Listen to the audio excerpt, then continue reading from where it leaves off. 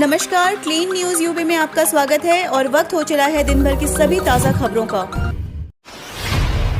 UP को बाढ़ से बचाने के लिए तटबंधों पर चल रही निगरानी मंत्री रख रहे नजर। लगातार बारिश होने की वजह से इस समय उत्तर प्रदेश में नदियों का जलस्तर लगातार बढ़ रहा है। नदियों के बढ़ते जलस्तर के मद्देनजर संवेदनशील जनपदों की बाढ़ से व्यापक सुरक्षा के लिए मंत्री खुद नजर रख रहे हैं। उत्तर प्रदेश के जल शक्ति मंत्री डॉक्टर महेंद्र सिंह ने कहा कि हाल ही में नेपाल तथा प्रदेश के कई जनपदों में भारी बरसात के कारण नदियों का जलस्तर बढ़ने से बाढ़ की संभावनाओं को देखते हुए प्रभावित जनपदों के तटबंधों एवं बांधों की सुरक्षा हेतु पूरी चौकसी बरती जा रही है। 24 घंटे मॉनिटरिंग किए जाने के भी निर्देश दिए हैं। उन्होंने तटबंधों पर कैंप स्थापित कर उन पर सहायक अभियंता तथा अवर अभियंताओं को निगरानी के लिए तैनात किए जाने के निर्देश दिए। टीकाकरण अभियान में योगी सरकार लेगी सिनेमा टीवी कलाकारों का सहयोग। यूपी सरकार अब कोरोना के टीकाकरण अभियान को और रफ्तार देने के लिए सिनेमा और टीवी के साथ विभिन्न क्षेत्रों के प्रतिष्ठित हस्तियों का भी सहयोग लेगी।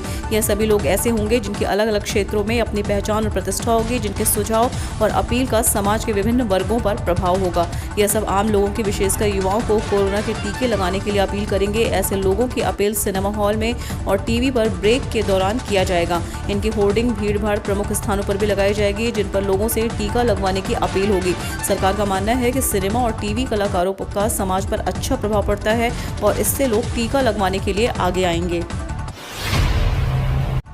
सीएम योगी ने आज बुलाई कैबिनेट बैठक, कई प्रस्तावों को मिल सकती है मंजूरी।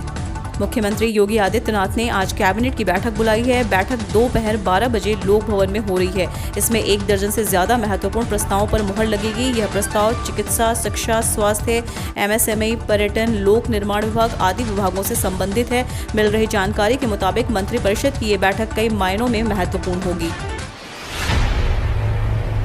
जेल मैनुअल में होगा बदलाव, घोर अपराधियों की श्रेणी तय करते हुए कठोरता से पेश आने के निर्देश। प्रदेश के जेल मैनुअल में बदलाव होगा। मुख्यमंत्री योगी आदित्यनाथ के सामने बृहस्पतिवार को जेल विभाग के अधिकारियों ने इस संबंध में प्रस्तुतिकरण दिया। इस दौरान अपर मुख्य सचिव अवनीश कुमार अवस्थी ने जेल मैनुअल में संशोधन की जरूरत, औचित्य और प्रस्तावित संशोधनों के बारे में जानकारी दी। हर साल लाखों नौकरियां देने वाले मुख्यमंत्री के दावे झूठे, भाजपा की कुनीतियों के कारण बढ़ी बेरोजगारी, अखिलेश।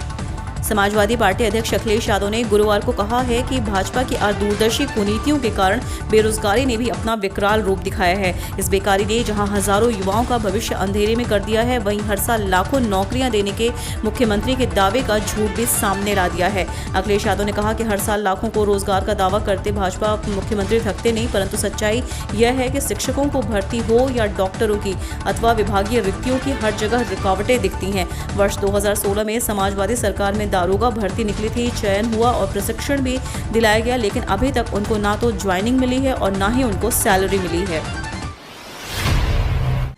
बीजेपी ने जीत के लिए निर्दल को बनाया प्रत्याशी। चंदौली जिले के जिला पंचायत की सीट के लिए सपा के उम्मीदवार को हराने के लिए भाजपा के नेता जोर शोर से तैयारी कर रहे हैं। यहां तक कि भाजपा ने जीत पक्का करने के लिए जिला पंचायत सदस्य का निर्दल के रूप में चुनाव जीते को प्रत्याशी घोषित कर दिया है।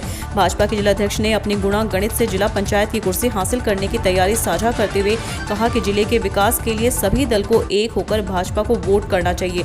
इसलिए भाजपा ने दीनानाथ शर्मा को अपना उम्मीदवार बनाया है।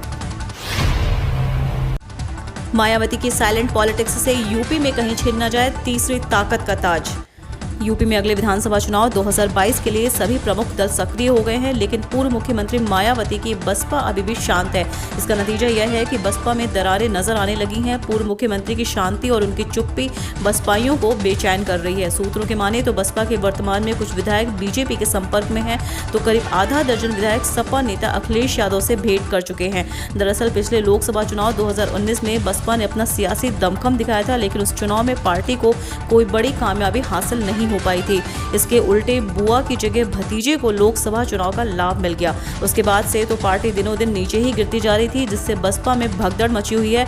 पूर्व मुख्यमंत्री मायावती ने बसपा में मची भगदड़ को नहीं रोका तो यूपी की तीसरी ताकत का ताज बसपा के पास से छिन सकता है। कृषि मंत्री सूर्य प्रताप शाही का भाकियों पर निशाना, राकेश टिकैत के बयान पर दिया करारा जवाब। प्रदेश के कृषि एवं जिला प्रभारी मंत्री सूर्य प्रताप शाही ने आज सहारनपुर में प्रेस वार्ता की। उन्होंने कहा कि भाजपा ने किसानों के हक में हर काम किया है। गेहूं और धान की रिकॉर्ड खरीद की गई है। गन्ना मूल्य भुगतान में पूर्व की सरकारों के मुकाबले कई गुना ज्यादा किया है। भाकियों के ट्रैक्टर यात्रा पर सूर्य प्रताप शाही ने कहा कि किसानों को बरगलाने वालों को यह देखना चाहिए कि भाजपा सरकार ने किसानों के हितों में कितने कार्य किए हैं। और सपा वहीं भाकियों के राष्ट्रीय प्रवक्ता राकेश टिकैत के बयान को लेकर उन्होंने कहा कि भाजपा पश्चिम बंगाल में 3 सीटों से 92 तक पहुंच गई है। यदि ऐसा ही इलाज है तो हमारी पार्टी के लिए अच्छा है, क्योंकि पश्चिम बंगाल में भाजपा मजबूत हुई है। गौरतलब है कि राकेश टिकैत ने बयान देकर कहा कि सरकार के अहंकार की दवा किसानों के पास है। सरकार का इलाज पश्चिम बंगाल में किया है और आगे भी करेंगे। 125 रुपये पहुंचेगा 1 लीटर पेट्रोल का भाव। इस वजह से आएगी जबरदस्त तेजी, एक्सपर्ट्स ने दिया इशारा। देश के कई हिस्सों में पेट्रोल सेंचुरी लगा चुका है, लेकिन अब भी नॉट आउट है। डीजल भी 100 के पार निकला है। ऑयल मार्केटिंग कंपनियों की अच्छी कमाई हो रही है। सरकार की भी जेब में अच्छा रेवेन्यू आ रहा है, लेकिन सबसे ज्यादा बोझ आम आदमी की जेब पर है। सरकार का तर्क है कि ग्लोबल क्रूड ऑयल की कीमतों के चलते पेट्रोल डीजल के दाम बढ़ रहे हैं। निकट भविष्य में भी पेट्रोल डीजल के दाम में कटौती के कोई आसार नहीं है। ब्रोकरेज हाउस और एक्सपर्ट्स भी कह चुके हैं कि कच्चा तेल अभी सस्ता नहीं होगा, मतलब पेट्रोल डीजल के दाम नहीं रुकेंगे। यूपी में थम गई कोरोना की रफ्तार। 20 जिलों में केस शून्य, 226 नए मामले। सीएम ने दिए ये निर्देश। यूपी में बीते 24 घंटे में 2,69,672 कोविड टेस्ट किए गए। इस अवधि में संक्रमण के 226 नए मामले आए। मुख्यमंत्री योगी आदित्यनाथ ने अफसरों को संबोधित करते हुए कहा कि लगातार कोशिशों से उत्तर प्रदेश में कोरोना महामारी की दूसरी लहर की स्थिति नियंत्रण में है। संक्रमण दर न्यूनतम स्थिति में है। वर्तमान में 3,500 से कम कोरोना मरीज उपचाराधीन है। 20 जिलों में शून्य केस मिले हैं, जबकि पूरे देश में सिर्फ 226 नए मामले सामने आए हैं। 25 जिलों में सिंगल डिजिट में केस आए हैं, जबकि 5 जिलों में 50 से कम केस मिले हैं। हम रोज ऐसी ही न्यूज लाते रहेंगे। यदि आपने अभी तक क्लीन न्यूज यूपी को सब्सक्राइब नहीं किया है तो फटाफट सब्सक्राइब कर ले। साथ ही बेल आइकन को दबा दे ताकि कोई भी अपडेट मिस ना हो।